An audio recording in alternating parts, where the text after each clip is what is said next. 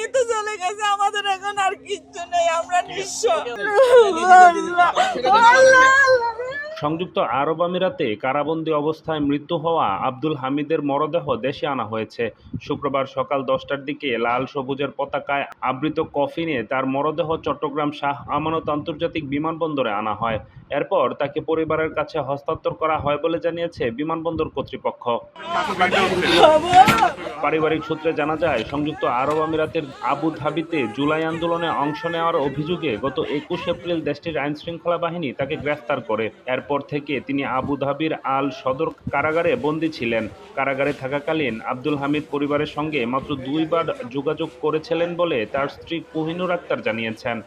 এখন তো উনি মারা গেছে, আর কিছু করেন নাই, উনি শহীদ হয়ে গেছে। এখন আমার সরকারের কাছে আমাদের একটাই দাবি, আমাদেরকে কোনো কিছু করার কারণ, আমাদের সবগুলা ছোট ছোট বাচ্চা, আমার যে বড় বাচ্চা, উনি হেঁটে ওনাকে সরকারিভাবে যে কোনো একটা চাকরি দিলে আমরা চলতে পারবো। উনি তো চলে গেছে, আমাদের